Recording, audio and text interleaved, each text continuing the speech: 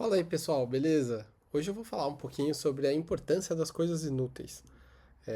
Tava pensando isso enquanto tava fazendo o meu hobby, que é escrever à mão com caneta tinteiro, e até me sujei aqui.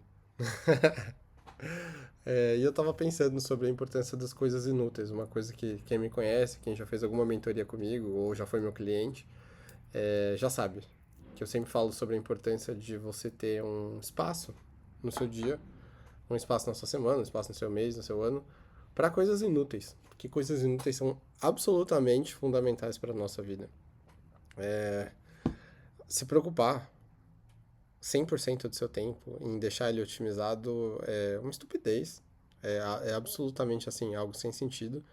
Ainda mais quando a gente para pensar que grande parte da população, principalmente em São Paulo, que é onde eu morava, gasta muito tempo no transporte público, o que por si só já é um contrassenso, porque se você está gastando tempo no transporte público é um tempo inútil, a não ser que você consiga preenchê-lo de uma forma interessante.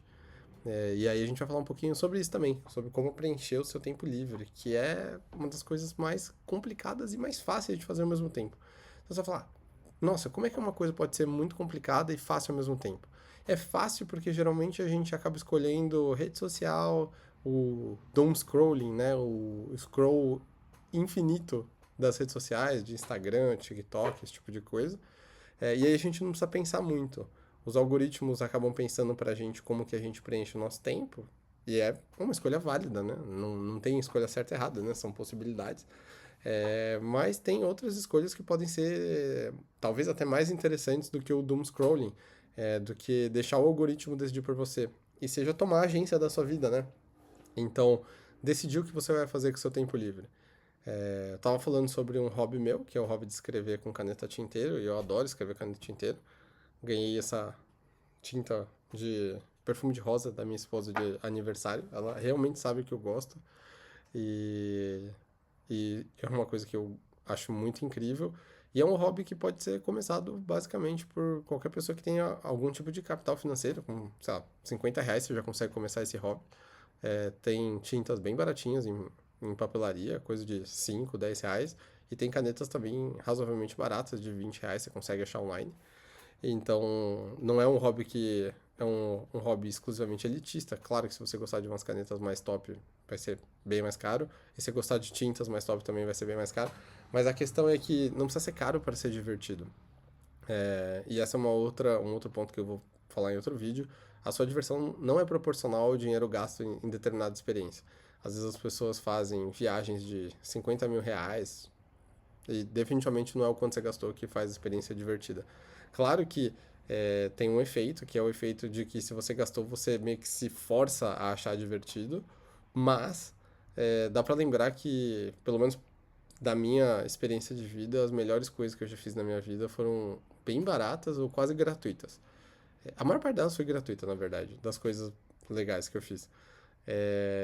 Então, vale a pena a gente também colocar uma mão na consciência. A pessoa fala assim, ah, pô, eu sou pobre, eu não tenho dinheiro pra, tipo, ser feliz. Fala, cara, é óbvio que é difícil, é mais difícil, tipo, viver a vida, tal, essas coisas, mas pode ter certeza também, e eu não falo numa posição de uma extrema riqueza, mas de uma situação bem confortável, mas não é o dinheiro que vai fazer você ser feliz.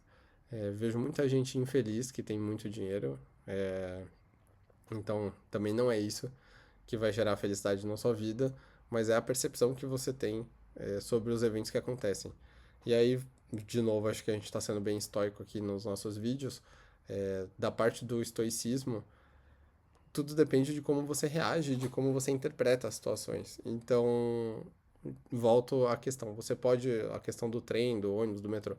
Você pode ver o metrô como a maior perda de tempo da sua vida, ou utilizar para ficar no celular, fazendo tipo Instagram, fazendo TikTok, esse tipo de coisa. Mas também pode usar de uma forma útil, que também não é o que o que eu faria, que seria tipo realmente fazer alguma coisa, porque daí você está preenchendo com uma tarefa, mas já é talvez um pouco melhor. De novo, na minha opinião, né? Já é um pouco melhor do que ficar no Instagram, no TikTok. Ou você pode utilizar para praticar técnicas como a atenção plena, fazer um mindfulness. Então, Que lugar mais complexo para fazer o mindfulness do que no meio de tanta gente no metrô apertado? E eu peguei muito metrô apertado, muito ônibus apertado quando eu era estagiário. E realmente, assim, é uma coisa que é bem desafiadora. Então, se você consegue praticar atenção plena nessas situações, você definitivamente consegue crescer como ser humano, você realmente consegue é, chegar em outro patamar em termos de meditação. Então, pode ser bem legal também. Você pode, talvez, ler um livro. E não estou falando aqui ler um livro para se aprimorar, mas só ler um livro porque você gosta de ler um livro. Tem muito livro aí atrás, tem alguns livros que são livros apenas assim, para divertir mesmo, para divertimento.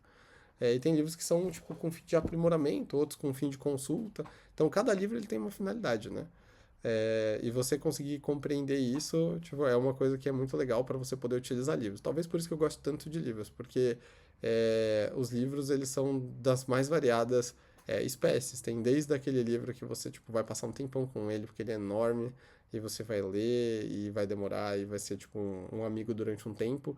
Desde aquele livro que vai ficar sentado na sua prateleira até o momento que você vai escrever um artigo jurídico e você vai precisar de alguma coisa dele, até aquele livro que é um dicionário que quando você precisar de uma palavra que não tenha no Gemini e no Google, e acredite, isso existe, você vai precisar desse dicionário, e aí é incrível também. Então, é bem bacana. Mas, de novo, só para falar que tem algumas coisas na vida, a gente já tá aqui há 6 minutos e meio, tem algumas coisas na vida que são inúteis e, via de regra, é muito importante a gente deixar um tempo para essas coisas inúteis. Até para mostrar que a gente tem uma certa liberdade perante o sistema.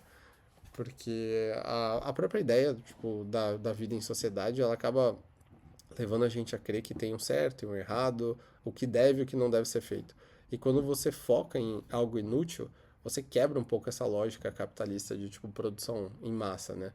Não que eu seja um anticapitalista, mas é legal você ser uma pessoa que consegue viver sob diferentes sistemas, ser uma pessoa que consegue pensar sobre diferentes sistemas, e também ser uma pessoa que consegue ser, porque o ser humano ele não depende especificamente de um sistema. Não existe só o capitalismo, não existe só o socialismo, o absolutismo. A Revolução Agrícola foi há 10 mil anos atrás e as pessoas já viviam ali.